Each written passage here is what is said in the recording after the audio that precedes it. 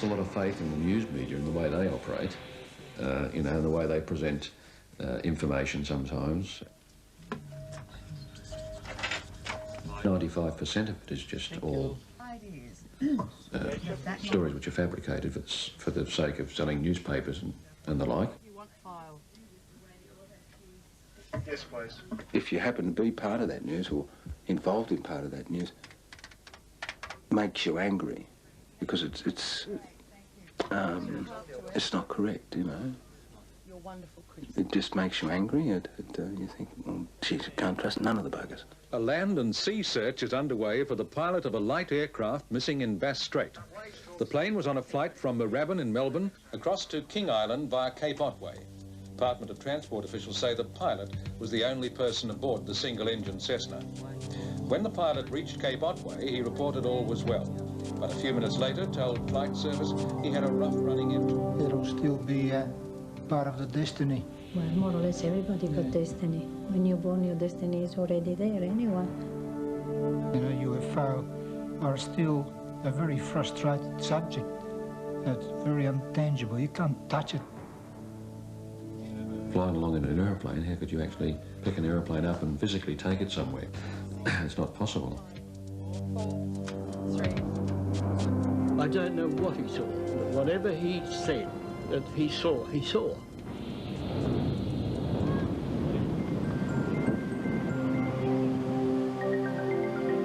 That motor control airplane, the little one. Yeah. Right, started from there. He was only 12 months old, put on this one. He can't understand, more or less, but he loved the noise, you know, up and down.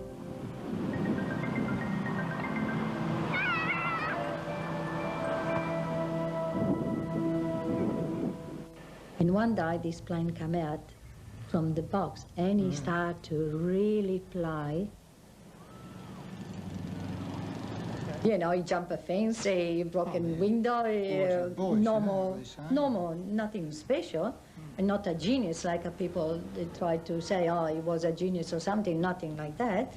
Sometimes he was good at school, sometimes not. It was hard for him. I mean, you know, like a normal person. The ups and downs. Yes. Yep.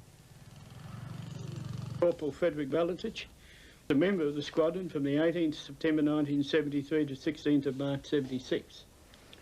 During this time, Corporal Valentich proved himself to be a most capable and enthusiastic cadet.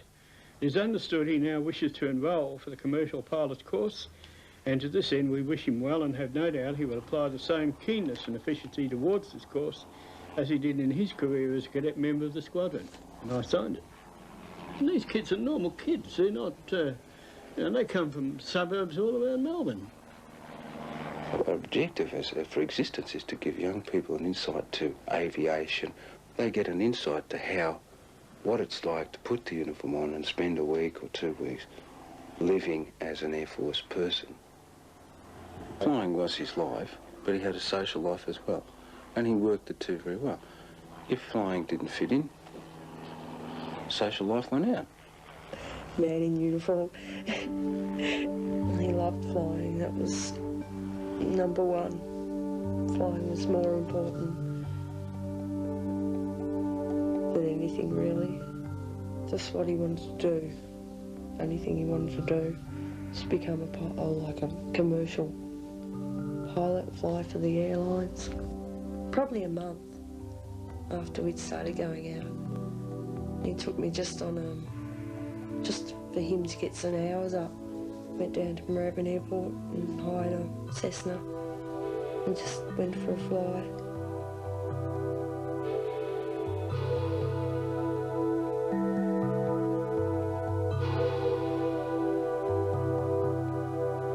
I loved aerobatic flying as well. Took me aerobatic flying. And that was a thrill. It was great.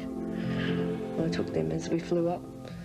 That was the best one, with the clouds, just looked like a blanket of clouds. I wanted to just jump out of the plane and walk along it. The blanket looked so solid. And we had a few troubles on the way up. He was real calm and didn't worry about it. Aircraft engines, he had an interest in the engines themselves. Airmanship, yes, he loved flying. He loved it very much. His wish was to go into the Air Force, but he was just a little bit too old, and unfortunately, to my mind, he gave so much to the training corps that he missed out on a lot of opportunities.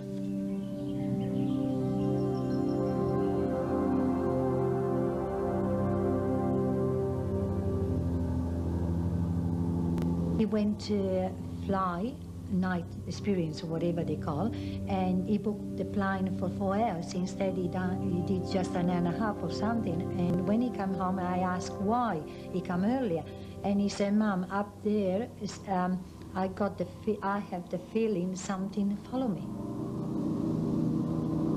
I asked him if he's not lonely in the dark, especially during the night. Anyway, he said, "No, it's something marvelous, beautiful. You can see the star, you know, and I feel really great up there." The night before he went missing, he was at my place, and he did say he was scared of flying over the water. But he wasn't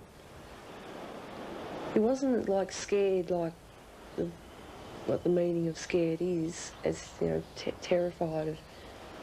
He was more scared of, the way he put it, was the water.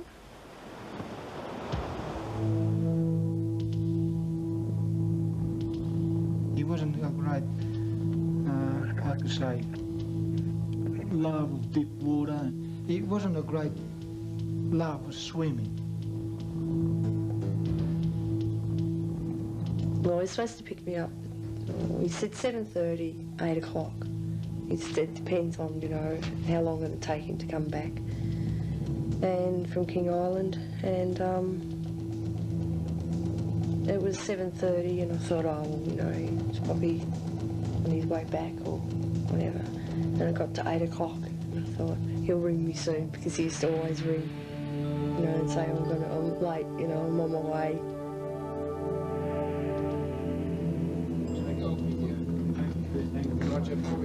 Go ahead. Sierra Tango, contact Melbourne on 122.4. Hotel Echo, contact Melbourne. Calling you my time, 304. White Charlie, Echo Mill, so it's terminated. Taxis, Kumar. It's a subject, I suppose, which can easily be sensationalised and distorted. And what has happened is fairly straightforward, really, even though it's extremely mysterious.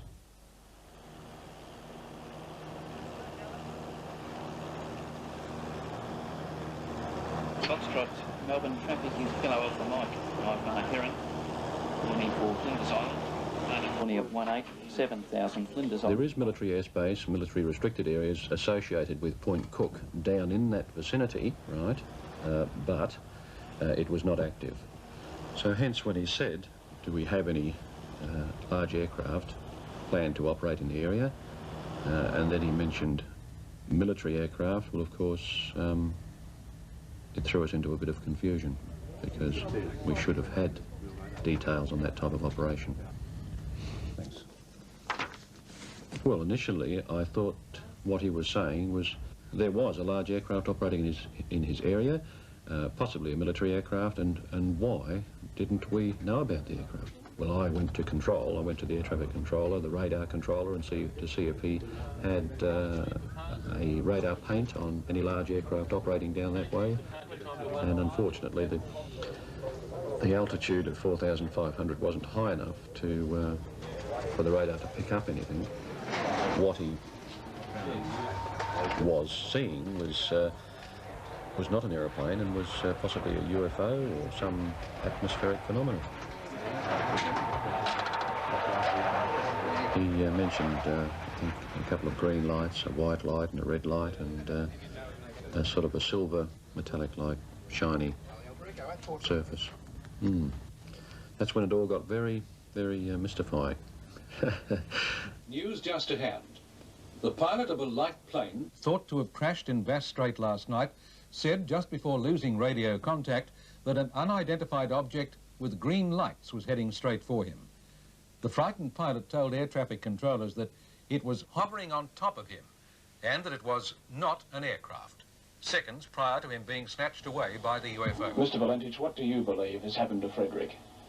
Well, I really believe that he must have been struck with certain unidentified object. Pilot of the aircraft radioed the Melbourne Flight Service unit here at Tullamarine and reported he was over Cape Otway, proceeding for King Island. Mr. Valentich, what do you think happened to your son? Well, it's hard to say, but I really believe that he must have been interfered with some unidentified object. It was at that point that the conversation became decidedly mysterious. It's a fairly far-fetched sort of theory, isn't it? Yes, it is. The father of missing pilot Frederick Valentich said yesterday he hoped an unidentified flying object had been involved in his son's disappearance. He told reporters that he'd rather that than find wreckage of the plane. When at first he didn't come, we thought that he had an accident, right, that he probably fell down in the sky. But then as the people come along from various newspapers, around about 11 o'clock, some journalist, I think it was from Channel 9, he mentioned to me that he heard about that there was to do with some strange object surrounding him. And when we first heard, that was the first hint that we have about UFO. And as they tell us, myself and my wife, we felt much more relieved because we knew that Frederick always mentioning about UFO, that he would like to meet one, and our heart really opened up with a great big hope. When I heard that, and I was more or less put on this way, don't get me wrong, I was happy. Because I said, at least he's somewhere. That's right. You know, not just wings on a sea or crash or on a land or whatever. I rang Moorabbin Airport straight away. And they said to me, how are you related? You know, why are you inquiring? And I said, oh, I'm Frederick's girlfriend, if it's Frederick. And then they said, yes, it is. Well, the message I got through was, Fred's gone. I said, yeah, all right, well, that's good. And she said, hey, he's gone. I said, well, look, he'll come back. He said, he probably hasn't gone far. It sort of came on. I realised that what she meant by gone was she meant he'd gone into the bay, or he'd gone into a mountain or something like that. And I started to show more signs of life then. I made a few phone calls. I got a call, first of all, from John Gibbs, and he suggested that perhaps I could see what I could do. Well, what I did, I rang the Tullamarine people and spoke to people there, and then I rang Moorabbin. It was fairly evident a pretty well-organised, full-scale search was to be conducted.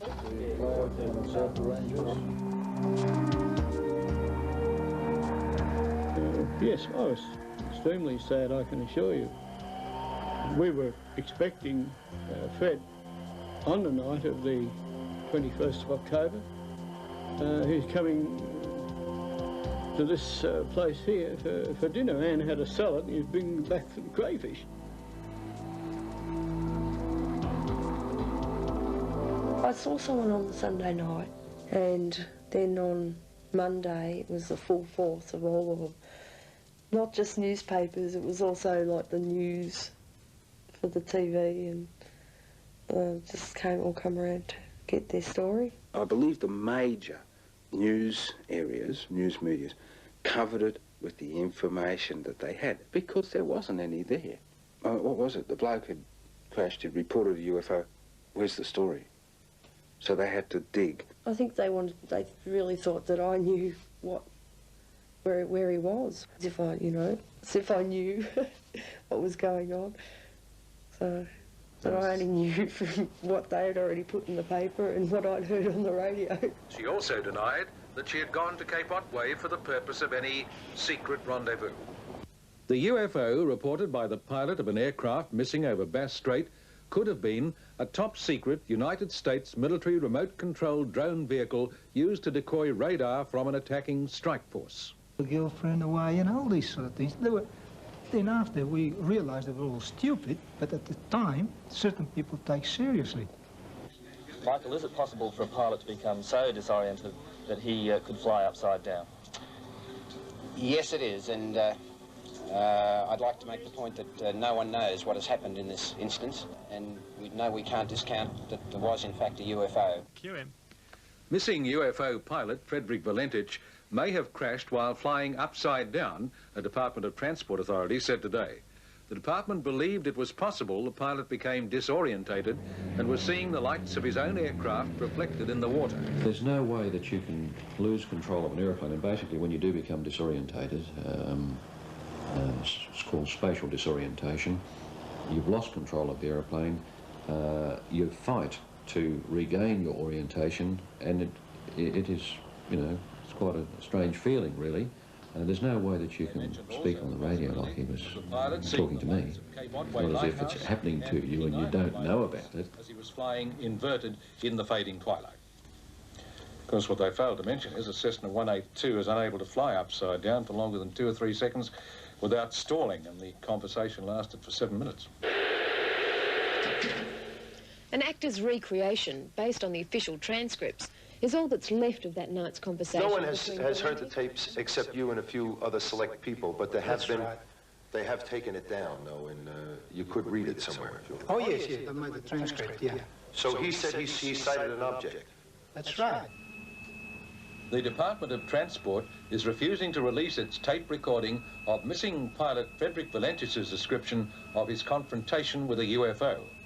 The spokesman would not elaborate publicly on why the tape recording of Valentich's final moments could not be released. But a Sydney ufologist told the 4th annual UFO conference that investigators and officials should think before releasing things to the media, because it often led to sensational publicity and harassment of the individuals concerned. He noted the sensitivity of the family must be respected.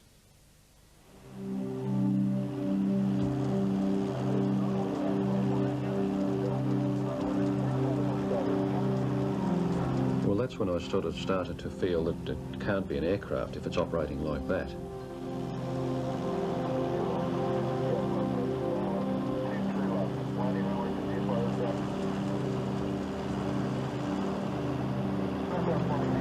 Which seems to indicate that he was looking at it and it just disappeared.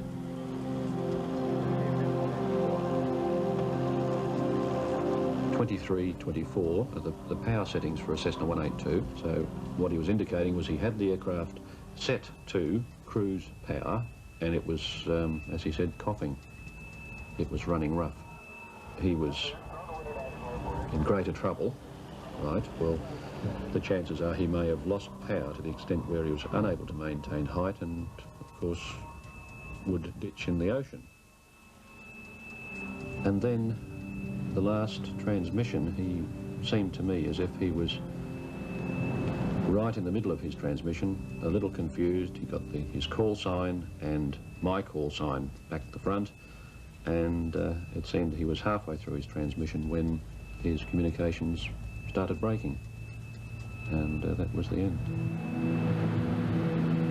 I suppose I said to myself a couple of times, gee, is this real, you know? And just doubt. Had it happened, or was it a hoax? Conflicting with the fact that he seemed so, I suppose, genuine in what he was saying. It was upsetting, you know, somebody's obviously disappeared, and there's a good chance that they may have died.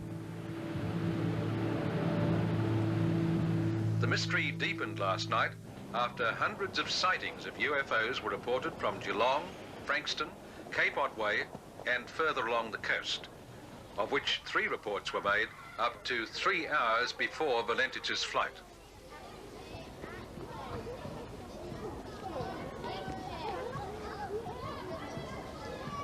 To him, UFO were a real thing. When he was just young, 15 years old at high school, he was actually having fear. He was scared of UFO. They come and divided the family. As he became more mature and he understand more about, he came back with a different opinion and a different philosophy on UFO. The last 12 months, he virtually convinced me and my wife of UFO existence. But he's never been fanatic. Any aviator's got interest in it. It's an unknown. I mean, it's an unknown. But it's flight. You're always interested in it. You saw something, he reported that something. See, by reporting it, he jeopardised his commercial pilot rating. So there had to be something there. He was a young bloke aspiring to be a commercial pilot seeing UFOs. How's it going to look on your record when you go to get your licence? I was quite mystified, extremely mystified.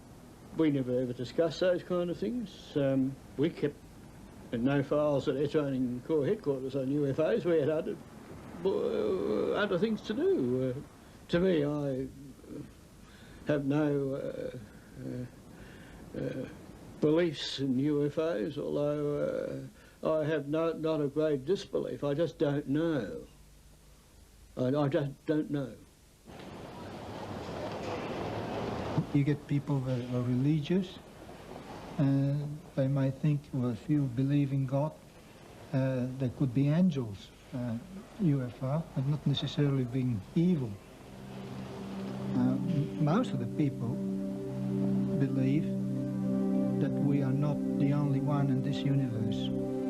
There got to be another civilization somewhere, like in a blind way to say, you know, you don't have one limb on a lemon tree only. I believe in really in God. I don't know what is God, but I believe something. Sometimes I pray and say, gee, God give me another 20 years to live. Maybe in 20 years something happen. You know what I mean? Look, even perhaps UFO could be something, American or German or whatever, or Japanese or Russian. They create something and we don't know. We put the UFO name because we don't know what is that. UFO does mean come from other planet. I believe in God, but it's only what you hear, isn't it? It's the Bible's been translated so many times. I mean, it's just like UFOs, isn't it? You don't know if it's real or not. I think he's alive, and I have this, like, you know, you get this gut feeling that he's still alive. But where, I don't know. Because there's no facts there, you know, to say, yes, he's dead, you know. Well, all the facts said that if he was in the water more than 12 hours, he'd be frozen to death because the water was coming off the Antarctic at that time of the year. We hoped and hoped, I suppose, for 3 or 4 weeks. I've only recently, I think, accepted the fact that he's gone, finished, it's over, it's done, that he's dead. I've lost a friend, a good friend, and a good member of staff. And you don't get over those things, really. You never forget. I felt virtually on the night it happened he died. I don't think the aeroplane is anywhere but at the bottom of Bass Strait somewhere. No, never. It's dead. Some people, they try to convince me he's somewhere dead, but I never. I'm not accept, and I never will accept that anyway. No. Well, I wouldn't say that. I wouldn't not accept it. You know, he's got maybe killed, but providing that someone comes with a true fact and theory that it did happen. Yeah. Well, Guido, all I can say is I hope that you keep hoping, and I hope that your hopes come true. Yeah. I mean, I don't know if I really want to find out if there are UFOs or not for the sake of finding them, but I hope that you do, too, and I hope that you can once again be reunited with your son, maybe. Good. Okay? Thanks for coming in tonight. To the world of the occult and take a look at devil worship. And we meet a man whose son was kidnapped by aliens in a spaceship. Reporting on a mystery that's exactly 7 years old. The coroner says there's simply not enough evidence to justify an inquest. More in a moment. You'll remember that 10 years later, Fred has never been found, but his father, Guido, believes that his son is still alive, possibly even held by aliens, as some people suggest. Would you please welcome Guido Valentich? I wonder if he had been taken aboard a UFO and had come back, would anyone believe him? More in a moment. Okay, roll 16.